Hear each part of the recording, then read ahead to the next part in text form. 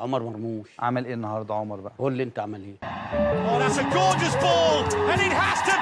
هو ايه اللي الناس شايفاه في مرموش احنا مش شايفينه انا وانت؟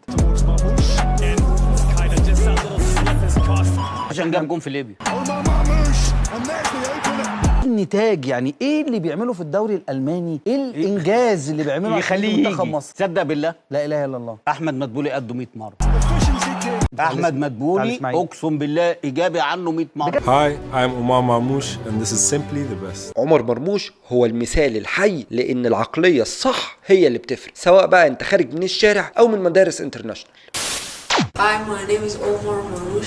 عمر خالد مرموش مواليد 7 فبراير 1999 في حي من احياء مدينه نصر في القاهره، وزي كتير مننا كان بيعشق حاجه اسمها كره القدم من وهو لسه عيل صغير، وكان من هو لسه طفل هو مميز بسرعته والمهاره لدرجه ان كان صحابه بيقولوا الراجل ده يلبس كوبري لاي حد. عمر مرموش وهو طفل سافر مع باباه لظروف شغل والده، سافروا لكندا وعاشوا فتره هناك مش قليله تقريبا 6 سنين، بعد كده رجعوا على القاهره تاني. عمر لما رجع مصر كانت نقطه التحول وهو عنده 9 سنين، لما كان والده اللي دايما متردد في موضوع الكوره ده قرر انه يدعمه، اما اديله فرصه كده اشوف هيعمل ايه. وهنا انضم مرموش لاكاديميه وادي دجله سنه 2008، وكلنا عارفين ان نادي وادي دجله ده في الفتره دي كان احسن مصدر للعيبه الناشئين سواء للدوري المحلي او الدوريات الاوروبيه. وفعلا كان اول ماتش رسمي لعمر مرموش في فتره الناشئين كان قدام الاهلي وهو عنده 10 سنين. عمر ما سجلش في الماتش ده لكن قدر يعمل اسيست من نص الملعب، ودي اللقطه اللي خلت الناس تاخد بالها من الواد اللي عمل الاسيست مش الواد اللي جاب الجول. ودي اللحظه اللي المدرب حس فيها ان الواد ده واد استثنائي، لدرجه ان فريقه في وادي دجله كان اسمه فريق عمر مرموش من كتر ما هو كان اكتر واحد ظاهر فيه. لما كنت بتيجي تقابل وادي دجله 99 يقول لك انت هتقابل فرقه عمر مرموش. واللي مره تامر بدوي كان بيحكي وبيقول انه لما كان بيدرب في فتره الناشئين احد الانديه لعب قدام عمر مرموش اكتر من مره، وبيقول قعدت اسبوع كامل احفظ لاعيبتي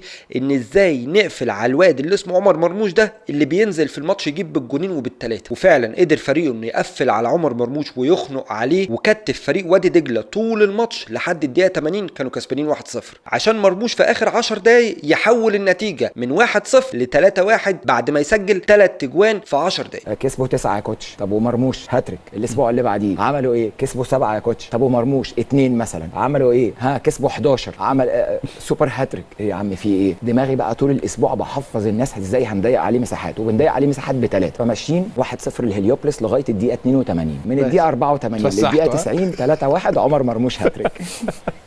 عمر فضل في أكاديمية وادي دجلة لمدة 8 سنين. مرموش في ماتش من الماتشات قدام الزمالك في الناشئين قدر يسجل هاتريك وصنع هدفين في نفس الماتش. ومش بس الزمالك اللي ما سلمش من عمر مرموش، لا ده الأهلي كمان قدر يسجل فيه هاتريك، عشان نوصل لسنة 2015 2016 آخر موسم لعمر مرموش في فترة الناشئين، واللي قدر يسجل فيه تقريبا حوالي 35 جول في الموسم. وبعد اللعلعة دي كلها كل الأندية كانت بتجري على عمر مرموش، لكن وادي دجلة كان متمسك بيه وقرر ان انا مش هبيعه لحد، عشان في فبراير 2017 وادي دجلة يقرر انه يصعد عمر مرموش للفريق الاول وهو عنده 17 سنه. اول ماتش ليه كان ضد الانتاج الحربي واللي دخل فيه كبديل في الدقيقه 75، واللي كان طبعا باين عليه التوتر في الماتش ده. لكن في تاني ماتش ليه في الدوري اللي كان قدام المقاولين قدر يصنع هدف الفوز. يعني خلال موسم 2016 2017 لعمر كاول موسم ليه في الدوري الممتاز شارك مع وادي دجله في 17 ماتش، سجل هدفين وصنع 3. احنا بنتكلم عن عيل عنده 17 سنه. واهم هدف ليه طبعا في الموسم ده كان قدام الاتحاد السكندري في الجوله الاخيره لما شاط كوره في الدقيقه 90 من بره ال 18. لحد المرحله دي تمام، عشان كل المرحله دي تعتمد على الموهبه، وعمر موهوب زيه زي غيره طبعا، لكن اللي كان عند مرموش كان مختلف عن اللعيبه اللي في سنه، وهي الشخصيه الجديه اللي مش واخده الموضوع بهزار. انا مش عايز العب كوره عشان انتشل اهلي من الفقر، او عشان اصرف على اخواتي، او عشان انا عندي 10 اخوات و20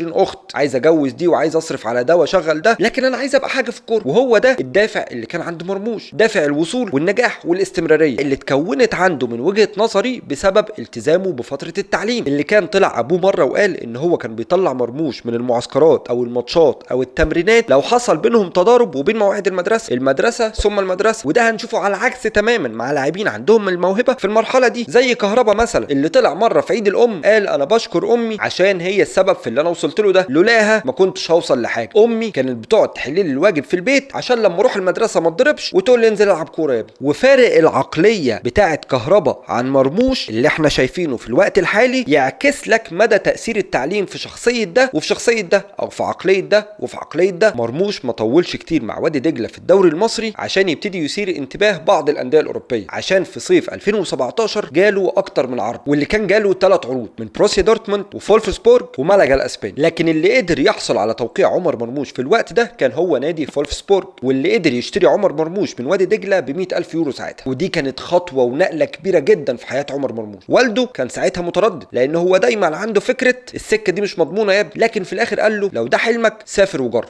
وفعلا سافر عمر مرموش عشان يلعب في فريق شباب نادي فولفسبورغ. عمر طبعا اول ما وصل المانيا الصدمه كانت كبيره عليه، الدنيا ما كانتش سهله، مش متعود على الاكل، مش متعود على ثقافه الشعب، درجات الحراره، والمشكله الاكبر طبعا اللي كانت بتواجهه اللغه. انت رايح بلد جديده، الاكل، ان انت تعتمد على نفسك، رايح وانت عندك 17 سنه تعيش لوحدك، انت بعيد عن اهلك واصحابك، ومطلوب منك ان انت تأدي بشكل كويس. لكن هو قرر انه يتعلم بسرعه. اول مباراه ليه كانت ضد فريق شالكه بتاع 19 سنه، واللي سجل ساعتها هدف الفوز في الدقيقه 85. وخلال اول موسم ليه مع فريق الشباب قدر يشارك في 22 ماتش، سجل فيهم 10 اهداف وصنع 5، وفضل مع فريق الشباب لحد سنه 2020. لعبوا مع فريق الشباب لمده 3 مواسم، جت في صفه بشكل كبير جدا، عشان الفتره اللي بيتاقلم فيها، الفتره اللي مطالب انه يثبت نفسه فيها، الفتره اللي بيتعود فيها على البلد وعلى اللغه وعلى كانت في فتره الشباب. قعد 3 سنين عدى كل الضغوطات دي في الدرة ومحدش يسمع عنه، عشان يتصعد لاول مره مع الفريق الاول لنادي فولفسبورغ سنه 2020. وزي ما قلت بعد 3 سنين من لعبه في فريق الشباب، اول ماتش ليه مع الفريق الاول فولفسبورغ كان يوم 27 مايو سنه 2020 ضد بايرن ليفركوزن، واللي دخل فيه كبديل في الدقيقه 79. خلال الموسم ده مرموش لعب مع النادي 6 ماتشات باجمالي 123 دقيقه تقريبا، واللي قدر ساعتها يسجل هدف واحد كان ضد ماينز. والوضع في المرحله دي ما كانش افضل حاجه بالنسبه لمرموش، لسه واحد طالع من الشباب، عايز العب، عايز اشارك، عايز احس بنفسي، انا محسوب على بلدي لاعب محترف، عايز اثبت وعايز اوصل، في لسه قدامي حاجات كتير عايز احققها. وبالذات ان صلاح بدا يلعلع في الفتره دي، فبقى شايف ان احنا بنقدر وانا ماشي على الخط، فانا عايز ابقى زي ده. فساعتها طلب من النادي انه يطلع اعاره، حتى ولو كانت لفريق نادي سانت باولي اللي بيلعب في الدرجه الثانيه. وبسبب المنافسه القويه في نادي فولفسبورغ، المدرب قرر ان فعلا عمر مرموش محتاج اعاره في الفتره دي، يروح يتطور كده ويستوي ويجي لي، عشان انا ما عنديش وقت ان انا اخلي حد يتاقلم او ياخد على رتم الماتشات بتاع الفريق الاول. وفعلا اتنقل عمر مرموش لنادي سانت باولي في الدرجه الثانيه، اللي كان عنده مدرب اسمه تيمو شولتز، واللي كان بيعتمد في الفتره دي على الناشئين. هو مدرب بيحب الناشئين، بيحب الناس الجرايه، بيحب اللي عايز يثبت نفسه. وهنا هنلاقي نفسنا محصورين قدام نقطتين، اما اختيار موفق من مرموش للنادي اللي يلعب فيه، او توفيق. والتوفيق ده بيجي نتيجه الاجتهاد، لما تتعب على حاجه كده وتسعى وتعمل اللي عليك هتوفق فيها حتى لو بالصدفه. وفعلا انضم عمر مرموش عشان يلعب اول ماتش ليه مع نادي سانت باولي في الدرجه الثانيه يوم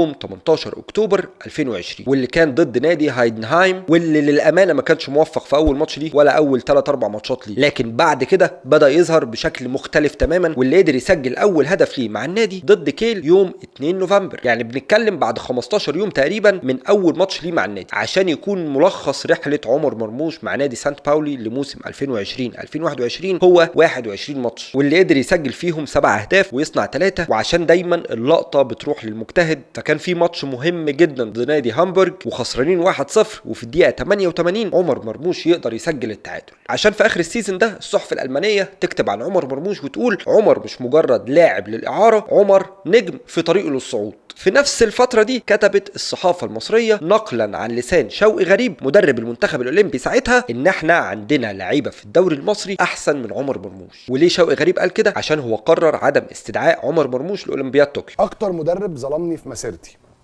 شوقي غريب. مش هقول لك بقى بطوله زي دي هي حلم لاي لاعب في السن ده قد ايه. اي لعيب لما بيبقاش موجود مع المنتخب بتاعه في بطوله زي دي، بطوله كبيره ما بتجيش غير كل 4 سنين، طبعا كنت قاعد زعلان ومش مبسوط باللي حصل. بس سيبك من مدى اهميه البطوله للاعب نفسه، تعال نتكلم احنا كمنتخب مصر الاولمبي. احنا رحنا البطوله دي بمين مكان عمر مرموش؟ صلاح محسن، تمام؟ بس كده. يمكن دي ما كانتش اول خبطه على راس عمر مرموش في الفتره دي، عشان نادي فولفسبورغ قرروا ان عمر مرموش لسه مش جاهز لانه يرجع الفريق الفريق. ساعتها اخدوا القرار انه لازم يطلع اعاره مره ثانيه، وفعلا في موسم 2021 2022 يتنقل عمر مرموش لشتوتجارت على سبيل الاعاره ويشارك في اول ماتش ليه ضد اينتراخت فرانكفورت يوم 12 سبتمبر، واللي قدر يسجل في الماتش ده ساعتها هدف عالمي بعد ما قدر يرقص 3 لعيبه. شارك عمر مرموش مع شتوتجارت الموسم ده في 23 ماتش، سجل فيهم 4 تجوان، صنع 5. مش كده وبس، بدا يحصد جوائز فرديه، قدر ياخد جائزه افضل لاعب صاعد في البوندسليجا في سبتمبر عشان يرجع وياخدها تاني بعدها على طول في مارس. طبعا اداؤه مع شتوتجارت خلى النادي عايزين يتعاقدوا معاه، خلاص يا باشا الراجل عجبنا عايزين نشتريه، لكن فولفسبورج رفض طبعا ان هو يبيعه لشتوتجارت، حس باهميه اللاعب وقالوا عايزين اللاعب يرجع عشان هيكون من خطتنا الاساسيه للموسم الجاي. الواد بدا يلعلع واستوى خلاص، فحتى لو هنبيعه فنستفيد منه، نبيعه باوفر كويس، وبالاخص ان مرموش بقى لاعب دولي بعد اول استدعاء ليه مع المنتخب المصري في اكتوبر 2021 مع كيروش. وفعلا اول ماتش دولي ليه كان قدام ليبيا يوم 8 اكتوبر، واللي قدر يسجل فيه جون المكسب بشوطه ولا اروع من بره ال 18، والعوده في ليبيا اللي كانت بعدها ب3 ايام قدر يصنع هدف المكسب الوحيد لمصر عشان يبقى اول ماتشين الدوليين ليه باول مساهمتين ليه مع المنتخب المصري بقياده كروش، اللي جابه لنا وعرفنا ان احنا عندنا واحد بره اسمه عمر مرموش، واللي لولا كروش احنا كنا اعتمدنا كلام الكابتن شوقي غريب ان احنا فعلا عندنا في الدوري المصري لعيبه احسن من عمر مرموش بكتير. وبما اننا اتكلمنا عن فتره المنتخب، فعمر مرموش شارك بعد كده في بطولتين افريقيا مع المنتخب، البطوله اللي كانت في الكاميرون وصلنا النهائي وخسرنا من السنغال، والبطوله دي كان اداء عمر مرموش في ناس عاجبها وناس لسه مش عاجبها، لكن البطوله اللي بعدها كان اداء المنتخب المصري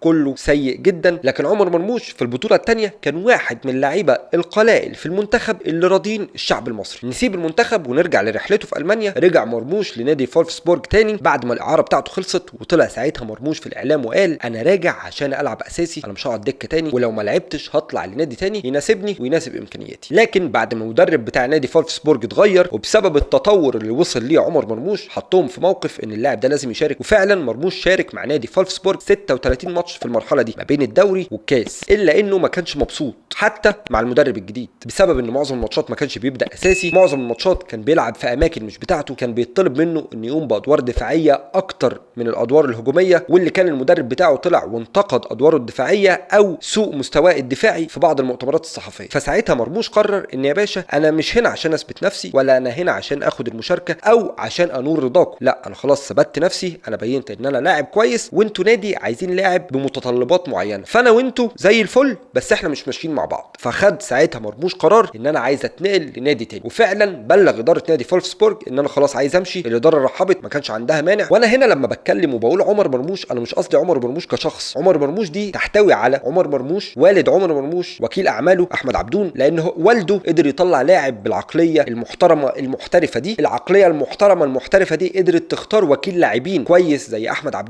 عبدون اللي قدر يجيب له اوفر من نادي فرانكفورت، نادي فعلا يقدر عمر مرموش يظهر فيه موهبته او يقدر عمر مرموش يلعلع فيه زي ما بنقول. نادي الكيرف بتاعه عامل كده، اخد كاس المانيا سنه 2017 2018، قدر يحقق بطوله الدوري الاوروبي سنه 2021 2022. نادي صاعد بشكل كويس، نادي بيلعب بايجابيه، بيلعب على بطولات، اقدر اظهر معاهم، مش فريق دفاعي بحت مثلا بيطالبني باني العب دايما الادوار الدفاعيه او يخليني متكتف مش عارف اظهر كويس معاهم. وفي نفس الوقت هو مش نادي من انديه القمه، لان انا كعمر مرموش لسه برده مش الاسم، هروح لنادي تقيل هيتقال لي اقعد دكه لان انت مكانك في النجم الفلاني، وانا لسه ما وصلتش لنجم او لسه ما وصلتش لمرحله ان انا اقعد نجم، هحتاج وقت شويه وانا مش عايز ده، انا خلاص عايز العب، انا عايز اوريهم ان انا كويس. وكل ده كان متوافق مع سياسه النادي، اللي اصلا انتقال عمر مرموش ليه كانت بسبب رغبه المدرب توب مولر اللي طلب مرموش بالاسم. ودي نقطه تزود من ايجابيات النادي ده، نادي واثق فيا، نادي بكل الظروف اللي انا قلتها دي، لا ده المدرب عايزني بالاسم، المدرب واثق فيا، فاكيد هيبقى عندي المناخ المناسب ان انا اطلع اللي عندي. على العكس تماما لو انا كنت جاي برغبه من الاداره عشان تسوقني او عشان تبيعني، لكن المدرب بتاع الفريق مش مقتنع بيا، فلا انا كله عايزني. وضيف على كده استراتيجيه النادي اللي متماشيه مع اهداف عمر مرموش. فعلا في موسم 2023 يتنقل مرموش لنادي فرانكفورت، يبدا الموسم بشكل مميز جدا،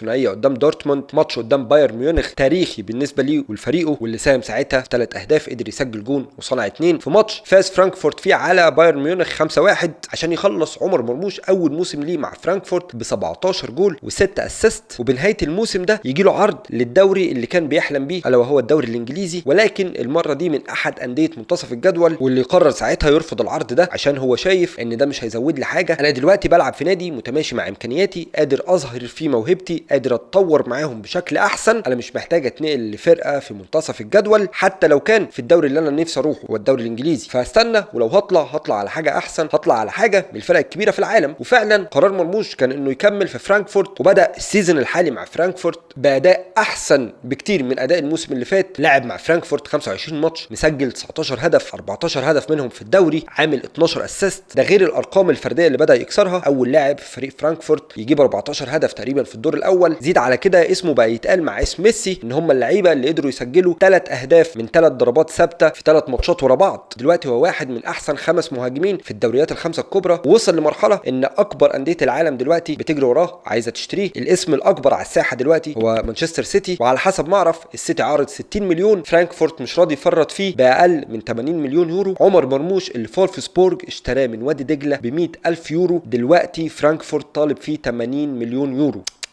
عمر مرموش اللي رضا عبد العال قال عليه احمد مدبولي احسن منه، اللي شوقي غريب قال عندنا في الدوري المصري لعيبه احسن منه، مانشستر سيتي بامر من جوارديولا طالب يدفع فيه 60 مليون يورو، وفرانكفورت رافض. بالنسبه لي سواء الصفقه دي تمت او ما تمتش، راح مانشستر سيتي او ما راحش مانشستر سيتي، فكون جوارديولا اللي ما بيعجبوش العجب يطلب عمر مرموش، دي بالنسبه لي انجاز كبير. طبعا مش حاجه نقف عندها ولا حاجه نقول احنا كده وصلنا لها، لا، لو ربنا كتب له انه يروح في مانشستر سيتي انا متاكد 100% انه فعلا هيكسر الدنيا معاهم. ولو كان الخير ليه انه ما يروحش مانشستر سيتي، انا متاكد ان الولد ده هيكمل وهيكسر الدنيا في حته تانية، وبكره نشوف. بس يا سيدي، وبكده ابقى وصلت لنهايه الحلقه. استنوني ان شاء الله الحلقه اللي جايه، والسلام عليكم ورحمه الله.